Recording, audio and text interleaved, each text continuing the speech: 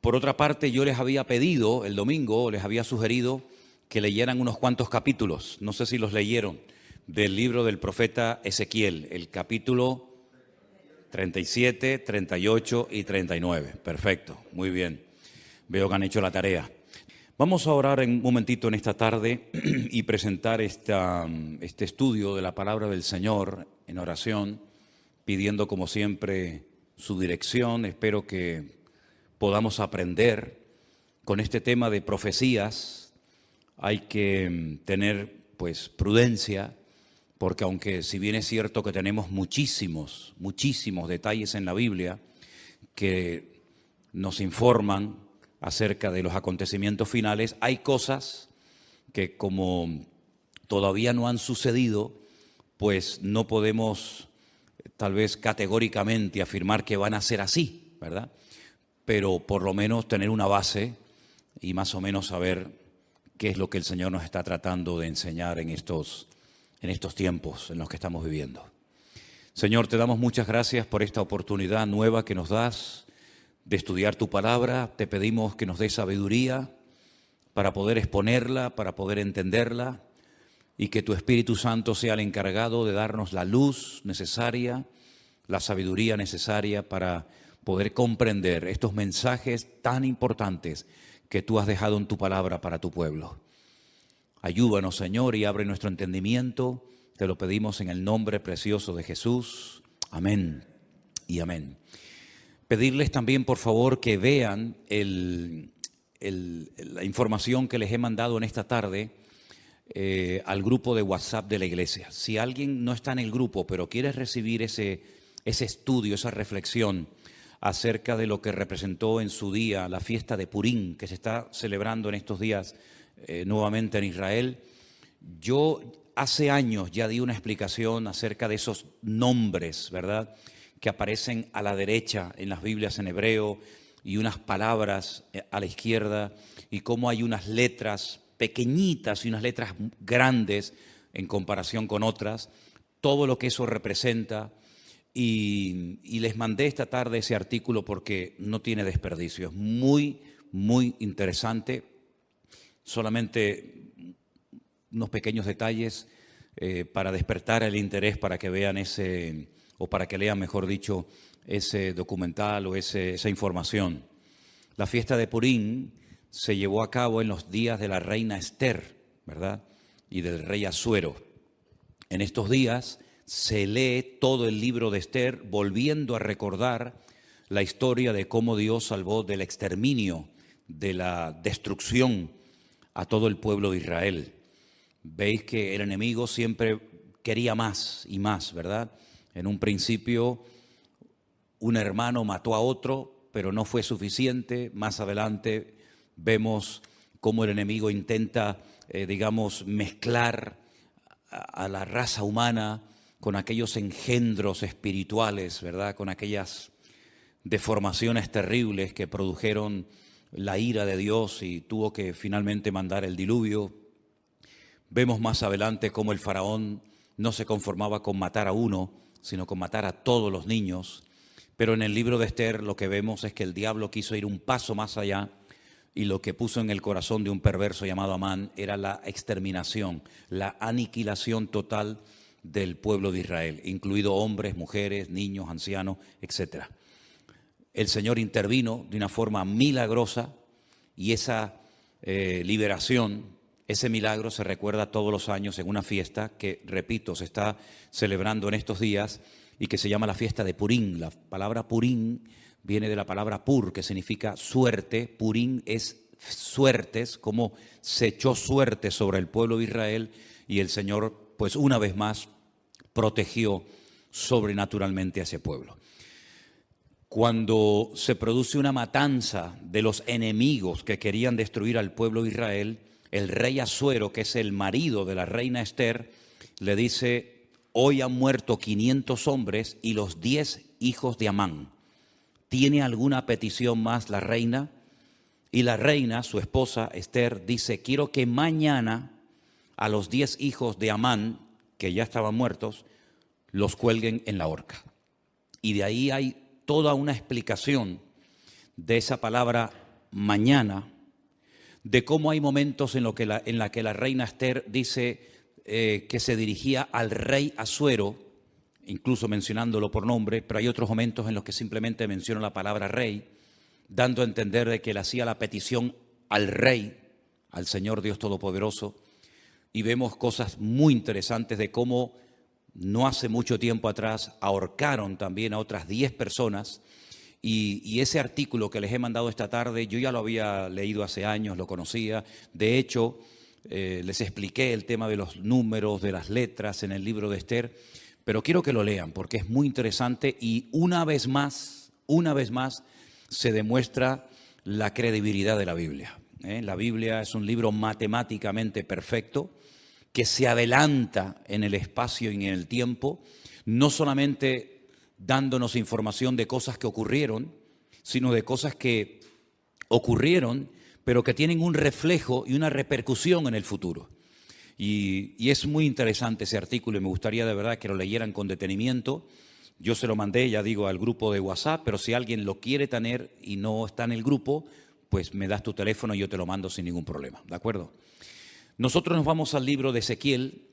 Ezequiel era un sacerdote que había sido llevado cautivo a Babilonia. Ustedes saben que las tribus del norte que formaron un país y adoptaron el nombre Israel y decidieron que Siquén, la actual Nablus, fuera la capital del reino del norte, fue arrasado tiempo antes de que Nabucodonosor decidiera atacar las tribus del sur. Las tribus del sur, cuando hablo de las tribus del sur, me refiero a la pequeña tribu de Benjamín y a la tribu de Judá, que permanecieron un siglo y pico más en el territorio de Israel. También fueron sacadas de la tierra, fueron llevadas al cautiverio por Nabucodonosor 70 años, y estas dos tribus después retornan. Y ese retorno, todo lo que hicieron, la reconstrucción del templo, de la ciudad, de las murallas, etcétera, pues se nos relata en el libro de Esdras y en el libro de Nehemías, que algunos creen que era un solo libro, no dos como tenemos nosotros en nuestras Biblias, libro de Nehemías y libro de Esther. Se creen que los dos formaban un solo tomo, un solo libro. Pero bueno, independientemente de eso, vemos que Ezequiel está en el cautiverio y él estando en Babilonia, el Señor le revela una serie de cosas acerca de su pueblo. A través de una serie de sueños, de visiones, le muestra el retorno del pueblo de Israel, cómo volverían, y la ciudad de Jerusalén volvería otra vez a ser habitada, etcétera, etcétera. Pero aparte de eso, Ezequiel recibe una serie de revelaciones acerca del futuro, no para su época.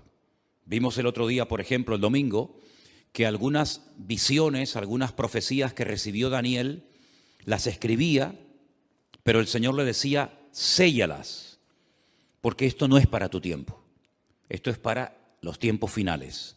Bueno, en cierto sentido también pasó algo parecido con Ezequiel. Ezequiel recibió profecías e información acerca de los últimos tiempos que él no vio durante su ministerio, durante su vida, el cumplimiento de estas palabras. El capítulo 38 y 39 de Ezequiel, digamos que van unidos, porque el 39 es una prolongación de lo que comienza a revelarle el Señor a Ezequiel, y el capítulo comienza diciendo así: vino palabra de Dios diciendo, hijo de hombre. Esta expresión, hijo de hombre, es la forma como el Señor se dirigía y llamaba siempre al profeta Ezequiel. Pon tu rostro contra Got, en tierra de Magot, príncipe soberano de Mesec y Tubal, y profetiza contra él. Vamos a ir haciendo pausas según vayamos leyendo, porque hay algunas cosas que tengo que ir diciendo por el camino para que entendamos ciertas y determinadas cosas. Estos nombres que aparecen aquí, Mesec y Tubal, ustedes los van a encontrar en el primer libro de la Biblia. No es la primera vez que aparecen, ni mucho menos. Concretamente en Génesis capítulo 10, versículo 2, nos dice que Mesec y Tubal eran hijos de Jafet. ¿Quién era Jafet? Uno de los 3 hijos de Noé. Noé tuvo a Sem, Can y Jafet. Bueno, pues Jafet tuvo una serie de hijos y uno se llamó Mesec y otro se llamó Tubal. Eran nietos, en este caso serían nietos del patriarca o del personaje de Noé. Es muy interesante ver cómo los hijos de Noé, Sem, Can y Jafet, se fueron por diferentes partes del mundo, ¿verdad? Y conquistaron territorios y tierras. Y bueno, vemos que los europeos tienen un origen, los africanos tienen otro, y cada nación pues tiene un origen diferente, ¿verdad? Y todo procede de los 3 hijos de Noé, Sem, Can y Jafet. Los cananeos, que son los descendientes de Can, nieto de Noé, pues se fueron a lo que conocemos hoy en día como Israel, ¿verdad? Y allí ese país se llamaba en el principio Canaán. Y el Señor sacó a su pueblo de la esclavitud en Egipto para llevarlos a Canaán, donde vivían los cananeos. Y los cananeos, ese país estaba habitado por una serie de países, de reinos, de naciones. La mayoría de ellos los conocemos por nombre. Allí estaban los filisteos, aunque no eran de Canaán. Los filisteos venían de la isla de Creta y decidieron ocupar la costa de lo que hoy en día conocemos como Israel, y ocuparon ciudades pues tan emblemáticas y tan conocidas como por ejemplo Gaza, que todavía se sigue llamando igual, Asdod, Askelón, Gat, Ecrón. Los filisteos, digamos, que vivían en la costa. Los jebuseos eran los que vivían en el monte Moriah, los que vivían en lo que sería Jerusalén. Y bueno, allí estaban los moabitas, los eteos, etcétera, etcétera. Y eran naciones que no les correspondía habitar en aquel lugar, e Israel tenía que expulsarlos de su tierra. Ahora, en los últimos tiempos, la Biblia dice que se levantará un príncipe soberano, se levantará un hombre que se llama en el Antiguo Testamento, uno de los nombres que recibe es God, pero si uno analiza el Antiguo Testamento, nunca hubo un hombre que se llamó God.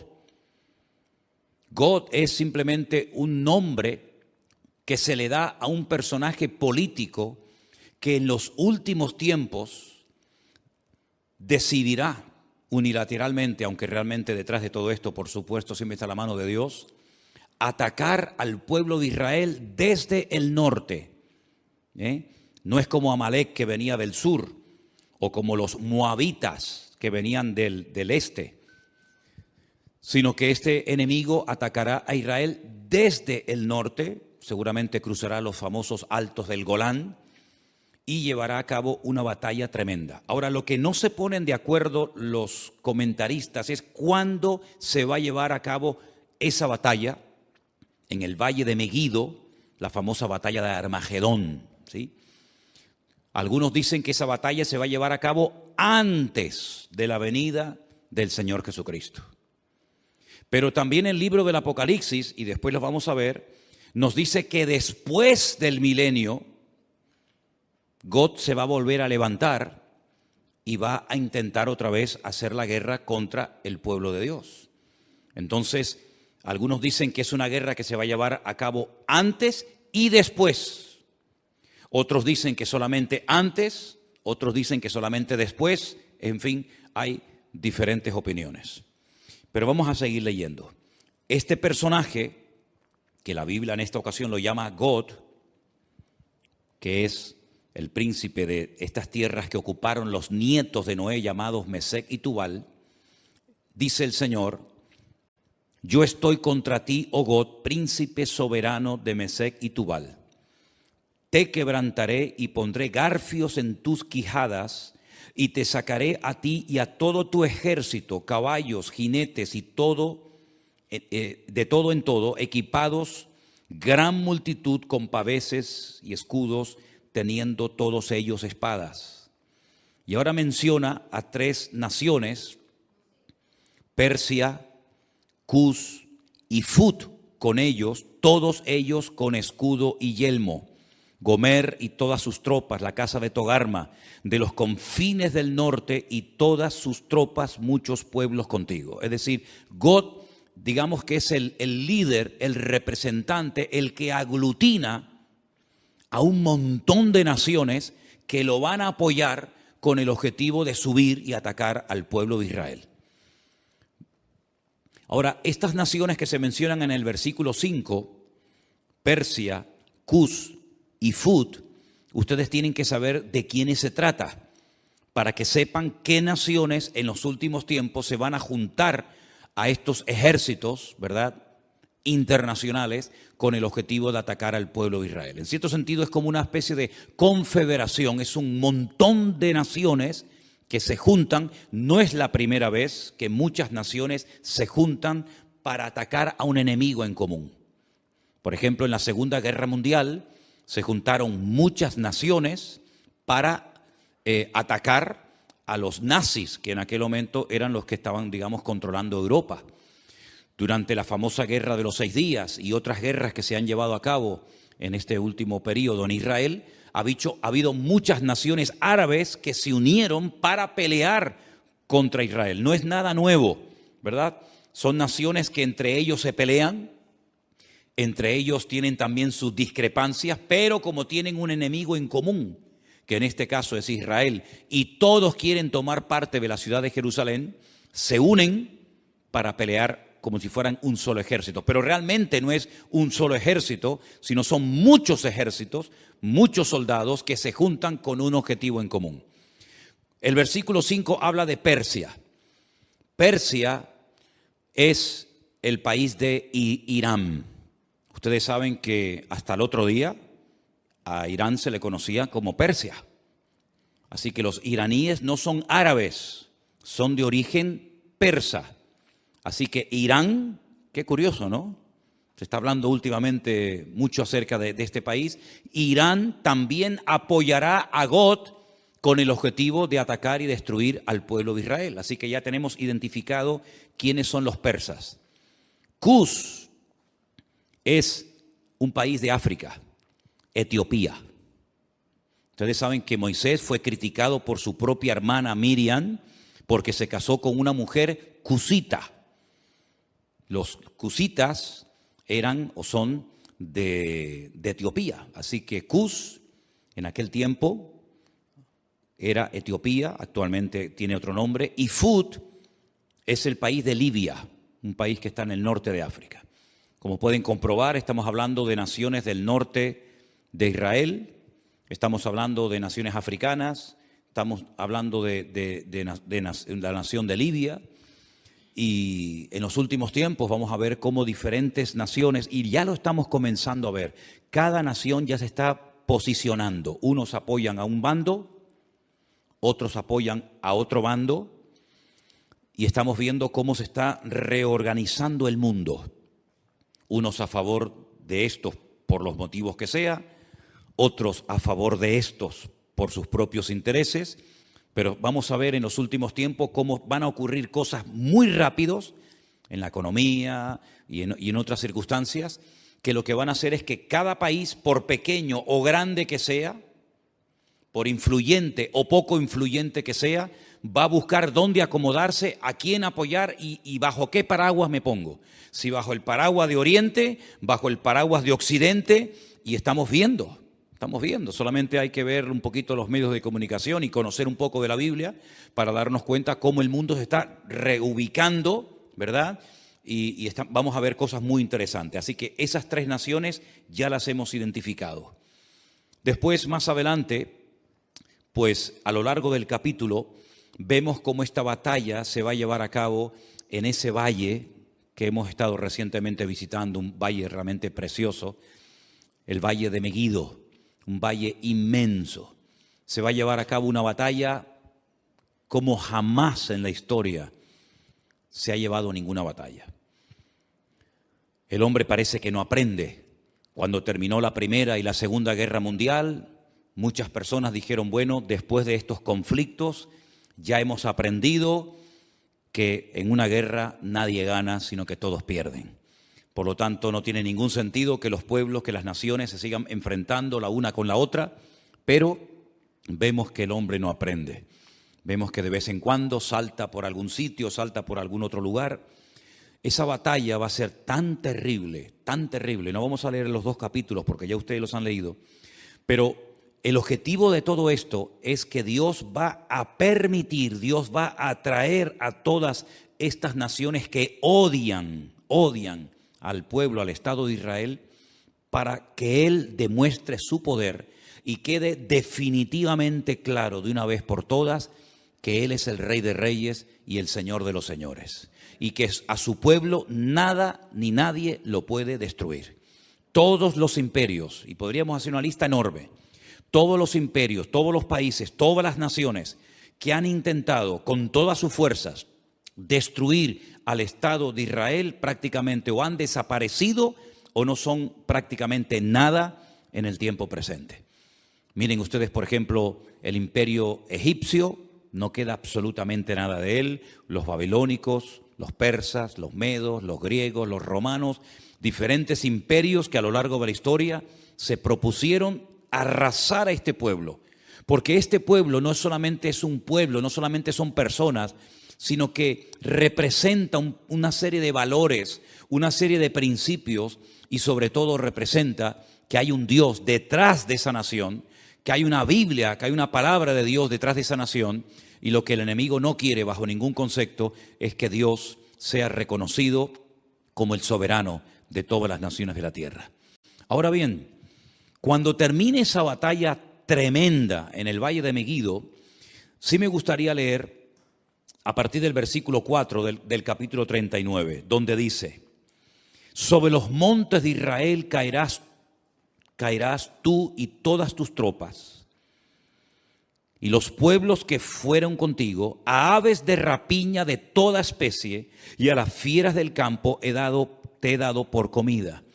Es muy interesante cuando estuvimos recientemente ahora, hace unas semanas en Israel, que la ruta migratoria más importante de aves en Europa pasa por el Valle de Megiddo. El año pasado pasaron 2 billones con B, 2 billones de aves migratorias por el Valle del Jordán, cruzando todo el Valle de Megiddo y viniendo cigüeñas, águilas y un montón de aves a Europa y al norte de África, huyendo del frío en las rutas migratorias. Hay un ave de rapiña que son los milanos, que parece como si fuera un águila, que tienen la cola como en forma de horquilla, que en España estaba prácticamente extinguido. Nosotros hemos visto a centenares y a centenares de milanos, que son como un aguilucho grande, revoloteando en el Valle del Jordán hasta hace unas semanas atrás. Es muy interesante ver cómo las aves de rapiña que tienen su ruta migratoria por ese valle, dice que son llamadas para que coman las carnes de reyes, de príncipes, de soldados, de generales, de comandantes que van a intervenir en ese campo de batalla. Es realmente interesante. Sobre la faz del campo caerás, verso 5, porque yo he hablado, dice Jehová el Señor. Enviaré fuego sobre Magog y sobre los que moran con seguridad en las costas, y sabrán que yo soy el eterno Dios. Haré notorio mi santo nombre en medio de mi pueblo Israel, y nunca más dejaré profanar mi santo nombre, y sabrán las naciones que yo soy Jehová, el Santo de Israel. He aquí viene y se cumplirá, dice Jehová el Señor, este es el día del cual yo he hablado. Los moradores de las ciudades de Israel saldrán y encenderán y quemarán armas, escudos, paveses, arcos, saetas, dardos de mano y lanzas, y los quemarán en el fuego 7 años. Armamento que traerán esas naciones servirá de combustible durante 7 años después de que finalice la guerra. No traerán leña del campo ni cortarán de los árboles, sino quemarán las armas al fuego y despojarán a sus despojadores y robarán a los que les robaron, dice Jehová el Señor. En aquel tiempo yo daré a Gog lugar para sepultura allí en Israel. Es allí donde va a ser sepultado, donde va a ser enterrado este personaje, en el valle de los que pasan al oriente del mar, y obstruirá el paso a los transeúntes, pues allí enterrarán a Gog y a toda su multitud, y lo llamarán el valle de Amón Gog, que significa la multitud de Gog. Aquí habla de multitud, no especifica el número de esa multitud, pero el Apocalipsis sí nos da ese dato. Porque nosotros no solamente tenemos el Antiguo Testamento para saber las cosas que van a ocurrir, por dónde van a atacar, cuántos van a atacar, cuánto tiempo estarán enterrando cadáveres, etcétera, etcétera, sino que además tenemos la información tremenda del Nuevo Testamento, sobre todo las cartas de Pablo a los tesalonicenses, las cartas de Pedro, parte también de la epístola cortita de Judas y sobre todo el libro del Apocalipsis, donde nos da una información de millones y millones de soldados, 200 millones de soldados que subirán por toda esa cordillera, por esos valles, en dirección a Jerusalén. Pero allí muere este hombre, este personaje, y la casa de Israel los estará enterrando por 7 meses para limpiar la tierra. 7 meses, todos los días enterrando muertos. Hermano, estamos hablando de multitudes, de millones de personas. ¿Cuánto se tardan en enterrar a la gente? Con una pala mecánica haces una zanja enorme y comienzas a echar cadáveres dentro. Pues 7 meses enterrando todos los días muertos. Y los enterrará todo el pueblo de la tierra. Y será para ellos célebre el día en el que yo sea glorificado, dice Jehová el Señor. Y tomarán hombres a jornal que vayan por el país con los que viajen para enterrar a los que queden sobre la faz de la tierra, a fin de limpiarla. Al cabo de 7 meses harán el reconocimiento. 7 años quemando el armamento, 7 meses enterrando cadáveres, y pasarán los que irán por el país, y el que vea los huesos de algún hombre pondrá junto a ellos una señal, hasta que los entierren los sepultureros en el valle de Amón Gog. También el nombre de la ciudad será Amona, y limpiarán la tierra. Y tú, hijo de hombre, así dice el Señor, di a las aves de toda especie. Les recuerdo, 2 billones de especies de aves pasaron el año pasado por ese valle. Di a las aves, a toda especie y a toda fiera del campo, juntaos y venid, reuníos de todas partes, a mi víctima que sacrifico para vosotros, un sacrificio grande sobre los montes de Israel, y comeréis carne y beberéis sangre. Y más adelante leemos en el verso 21, y pondré mi gloria entre las naciones, y todas las naciones verán mi juicio que habré hecho. Cuando termine esa batalla, al final de lo que llamamos o conocemos como el nombre de la gran tribulación, comenzará un período de 1000 años que se conoce como el milenio o la era milenial del Mesías. Y dice Zacarías capítulo 14, y esto es literal, no hay que buscar una aplicación simbólica porque es literal. Y las naciones que hubieren sido salvas, no es que se hayan convertido, sino que se salvaron de la muerte en esta batalla tremenda, tendrán que subir todos los años a Jerusalén a celebrar la fiesta de los tabernáculos. Y la fiesta de los tabernáculos se suele celebrar generalmente entre los meses de septiembre y octubre. Y quiero que leamos literalmente el pasaje de Zacarías capítulo 14 para que vean un dato muy interesante que nos da este profeta acerca de esta batalla y acerca de las naciones que escaparán del juicio en este valle de Meguido. En Zacarías, el capítulo 14, dice así, a partir del verso 1. He aquí el día del Señor viene, y en medio de ti serán repartidos tus despojos. Está hablando de la misma batalla, está hablando del mismo tiempo, del mismo acontecimiento, pero 2 profetas diferentes. Uno, Ezequiel en Babilonia, y ahora Zacarías. Y dice, porque yo reuniré a todas las naciones para combatir contra Jerusalén. Aquí hay una información adicional a lo que nos viene diciendo Ezequiel. La ciudad será tomada y serán saqueadas las casas, violadas las mujeres, y la mitad de la ciudad irá en cautiverio, mas el resto del pueblo no será cortado de la ciudad. Después saldrá Jehová y peleará con aquellas naciones como peleó en el día de la batalla. y ahora habla de la segunda venida del Mesías. Porque el Mesías, cuando nació cerca de este monte de los Olivos, en dirección hacia el sur, aproximadamente como a 7, 8 kilómetros al sur, en una pequeña localidad, en un pequeño pueblo llamado Belén, que pertenecía a Judea, Belén de Judea. Pero cuando dice aquí que se afirmarán en aquel día sus pies sobre el monte de los Olivos, aquí podemos ver que el Antiguo Testamento nos habla de su nacimiento en Belén de Judea y de su retorno, su segunda venida, poniendo los pies sobre el monte de los Olivos. Amén, hermanos, ¿lo ven claramente? Nace en Belén, retorna en el monte de los Olivos. Para que algunos digan que la Biblia no habla de dos venidas, sino solamente de una. No, habla de dos venidas. Una que ya se produjo cuando nace en Belén de Judea y otra cuando se afirman sus pies en aquel día sobre el monte de los Olivos que está enfrente de Jerusalén, al oriente, al este, y el monte de los Olivos se partirá por en medio hacia el oriente y hacia el occidente, haciendo un valle muy grande, y la mitad del monte se apartará hacia el norte y la otra mitad hacia el sur. Es decir, si se parte el valle y parte se va hacia el este, parte hacia el oeste y luego se ensancha, se separa el norte y el sur, quiere decir que en esa parte en la que hemos estado muchísimas veces se va a hacer un valle gigantesco, un valle enorme.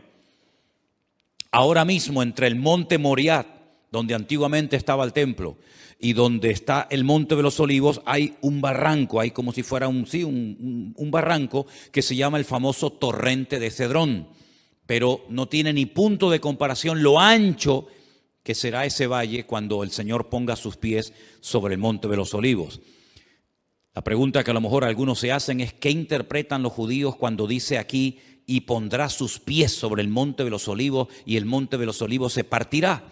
Bueno, ellos dicen que cuando venga el Mesías, que no creen que vengan del cielo, pues ellos dicen y opinan que cuando venga el Mesías, la expresión "y pondrá sus pies sobre el monte de los Olivos" es una expresión como decir "y vendrá con autoridad", pero no lo interpretan como algo literal.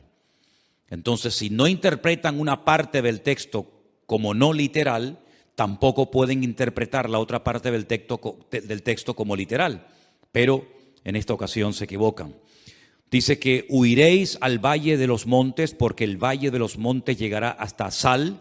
Huiréis de la manera que huisteis por causa del terremoto en los días de Usías, rey de Judá, y vendrá Jehová mi Dios y con él todos los santos. ¿Quién es el que viene? Jehová mi Dios. ¿Y viene acompañado de quién? Con todos sus santos. Esta es la segunda venida del Señor Jesucristo, donde todo ojo le verá, toda rodilla se doblará y toda lengua confesará que Él es el Señor, para gloria de Dios Padre. ¿Se dan cuenta cómo Él viene, pero no viene solo? Ya la iglesia ya ha sido arrebatada, ya fue llevada con Él, y cuando Él retorna en su segunda venida, su iglesia no está en la tierra, sino que su iglesia viene con Él en las nubes. Y acontecerá que en ese día no habrá luz clara ni oscura. Acontecerá que no habrá luz clara ni oscura. Qué cosa tan rara, ¿verdad? Será un día el cual es conocido de Jehová, del Señor, que no será ni de día ni de noche. No nos hacemos ni la más remota idea cómo puede ser, porque en nuestra mente no cabe decir, o es de día o es de noche. Pero dice, no va a ser ni de día ni de noche. ¿Y cómo será ese día? Solamente Él lo conoce. Pero sucederá que al caer la tarde habrá luz. Al caer la tarde, cuando se oculta el sol, es cuando ya se hace la noche. Pero aquí es al revés. Cuando llega la tarde, es cuando hay luz. Qué cosas tan interesantes, qué cambios, ¿no? Qué cambios tan tremendos va a haber. Acontecerá también en aquel día que saldrán de Jerusalén aguas vivas como ríos. ¿Saben que hay un barrio en Jerusalén por el cual hemos caminado muchísimas veces, que es el barrio de las 100 puertas el barrio de los ultraortodoxos judíos, el barrio de Mea Sharim, las 100 puertas, que han descubierto que por debajo de ese barrio corren ríos de agua tremendos, como aguas subterráneas. Tal vez cuando se produzca ese terremoto tremendo al poner sus pies sobre el monte de los Olivos, esas aguas broten, salgan hacia arriba, y dicen que la mitad de esas aguas irán hacia el mar oriental y la otra mitad hacia el mar occidental en verano y en invierno. Israel es el único país que tiene 4 mares, 2 internos y 2 externos. Tiene un mar que realmente es un lago, pero lo llaman el lago o el mar de Genesaret al norte. Más hacia el sur está el mar Muerto, que es mucho más grande que el mar de Galilea. Luego, al oeste está el Mare Nostrum, el mar Mediterráneo, que según como se mire, ahí termina o ahí empieza el mar Mediterráneo y llega hasta el Peñón de Gibraltar. Y luego al sur, ¿verdad?, está el Mar Rojo o el Mar de los Juncos, porque tiene un color rojizo por unas hierbas que hay allí. Como hay otro mar que se llama el Mar Negro, por unas algas que hace que parezca que el agua está negra, ¿verdad?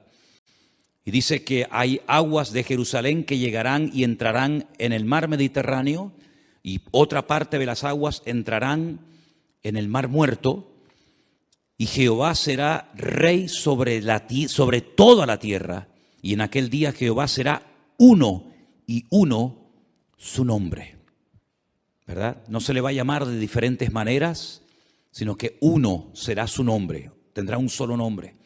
Y toda la tierra se volverá como llanura desde Jeba hasta Rimón, al sur de Jerusalén, y ésta será enaltecida y habitada en su lugar desde la puerta de Benjamín hasta el lugar de la puerta primera, hasta la puerta del ángulo, y desde la torre de Anael hasta los lagares del rey. Y morarán en ella, y no habrá nunca más maldición, sino que Jerusalén será habitada confiadamente. No estamos haciendo referencia a la nueva Jerusalén, que es la que Juan recibe en revelación y que nos cuenta cómo es en el capítulo 21 y el capítulo 22 del libro del Apocalipsis. Esta no es la nueva Jerusalén, esta es la Jerusalén renovada, transformada, pero terrenal, ¿verdad?, en la cual Cristo, con todo su pueblo, sus hijos, estará reinando durante 1000 años. Pero no es la nueva Jerusalén de las calles de oro,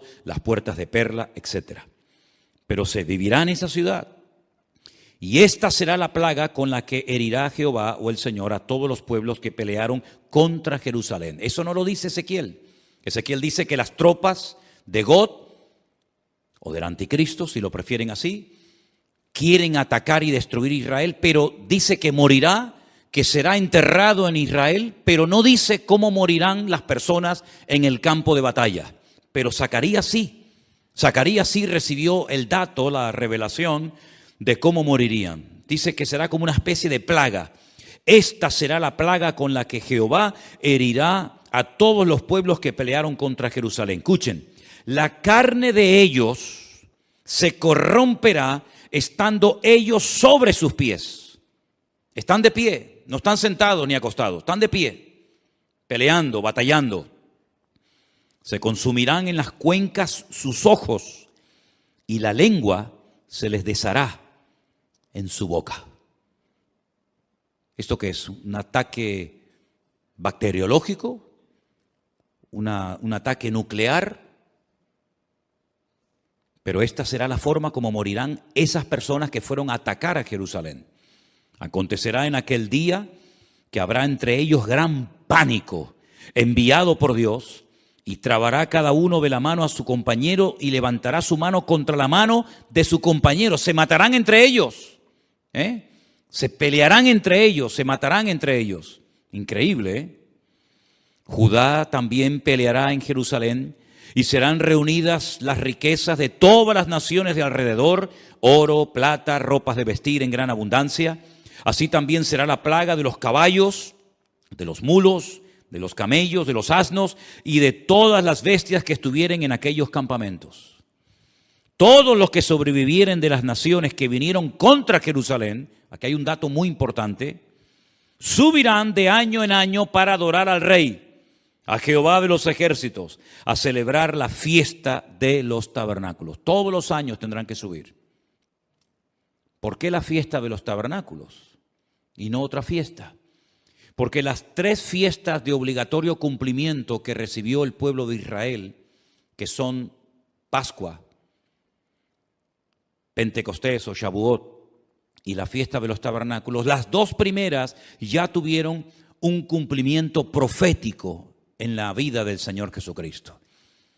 Dice Pablo, Él es nuestra Pascua.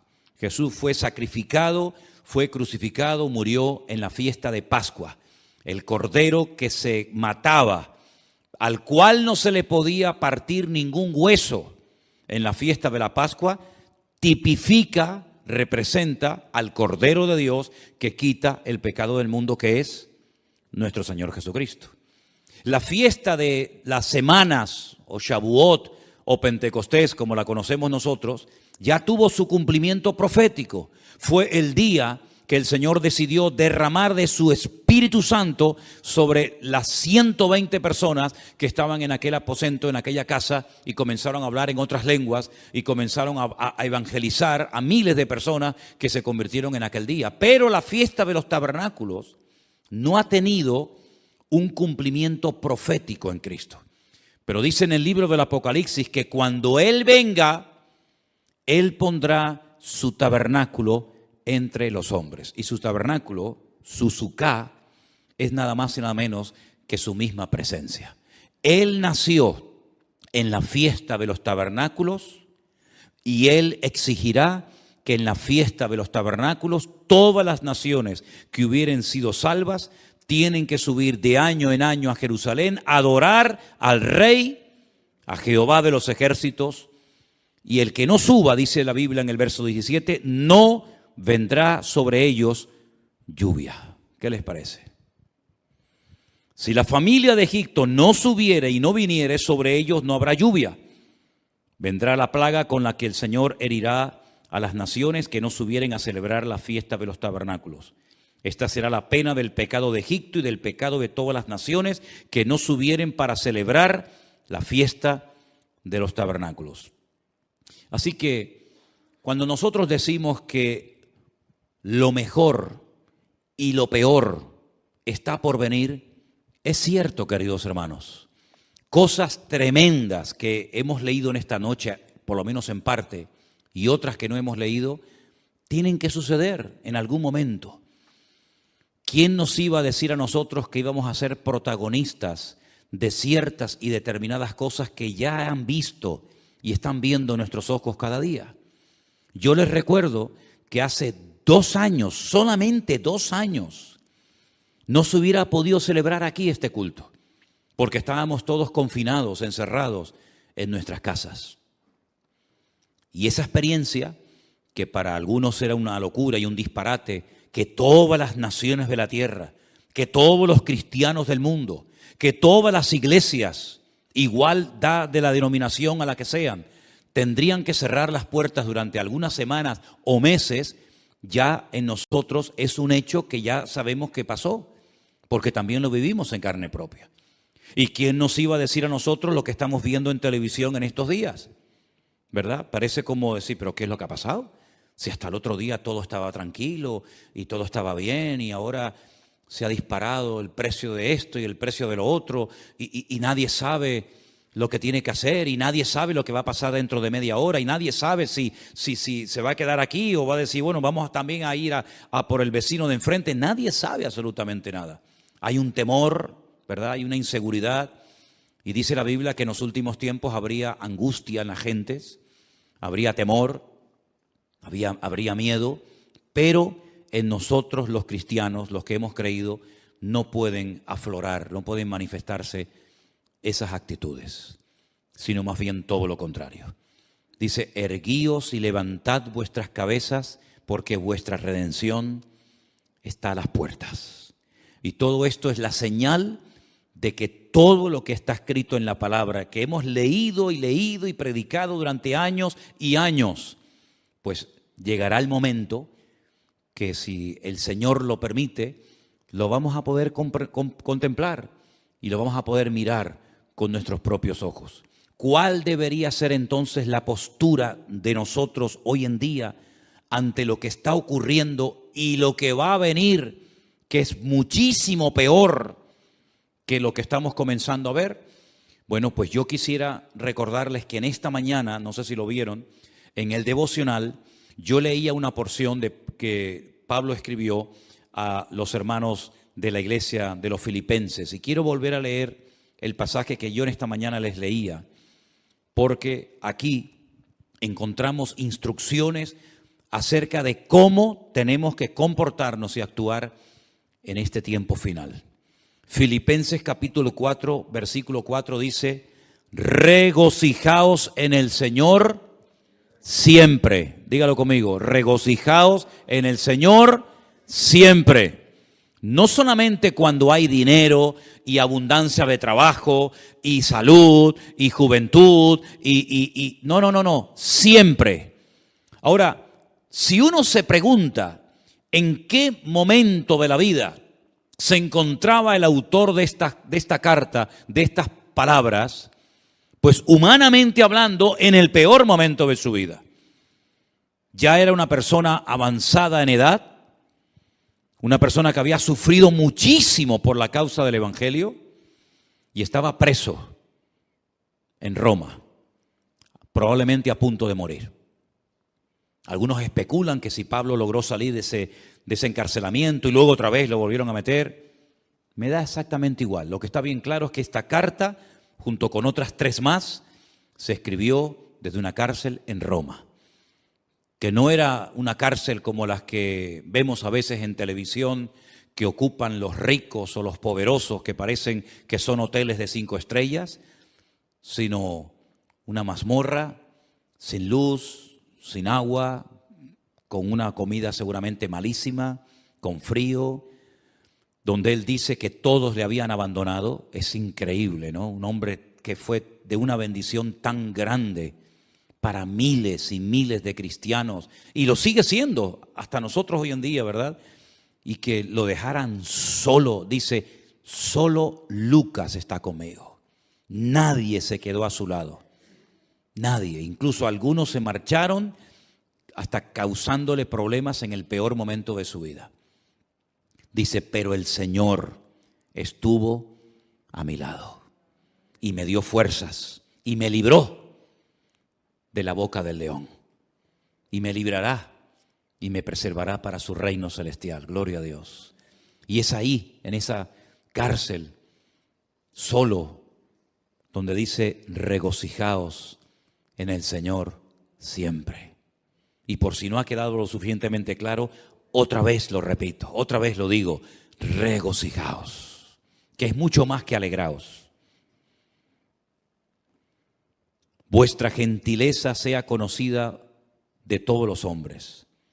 El Señor está cerca. Fíjate cómo asocia la venida del Señor con el regocijo que tiene que tener un creyente ante este acontecimiento tremendo que estamos esperando. El Señor viene pronto. Seguir predicando la palabra para seguir ganando almas para Cristo. No le da lugar a la tristeza, a la depresión. Por eso yo digo una cosa, hermanos, y lo digo para todos y también para mí, por supuesto. Cualquier cosa que podamos estar padeciendo no tiene ni punto de comparación con lo que este hombre estaba padeciendo y con lo que otros hermanos en este momento, otros hermanos nuestros en este momento estén padeciendo. A veces nos comportamos como niños, nos enfadamos, perdemos la paz, el equilibrio por cosas insignificantes, ¿verdad? Y nos derrumbamos y nos venimos abajo y parece como que nos han quitado el chupete y nos han quitado el juguete. Y lo que estamos pasando nosotros, ¿qué es lo que estamos pasando nosotros? Díganme. Veía unas imágenes tremendas de una chica joven en este país que está pasando este conflicto, a punto de parir, a punto de dar a luz. Yo decía: Dios mío, una chica joven a punto de parir, que sabe que si sale a la calle probablemente no regrese o no pueda llegar al hospital a tiempo. ¿Qué es lo que estamos pasando nosotros, hermanos? Nada, absolutamente nada. Y aún así, a veces nos quejamos. Y la Biblia dice, por nada estéis afanosos, sino sean conocidas vuestras peticiones delante de Dios, en toda oración, ruego, pero con acción de gracias. Siempre, siempre con las gracias por delante. Y la paz de Dios, que sobrepasa todo entendimiento, guardará vuestros corazones y vuestros pensamientos en Cristo.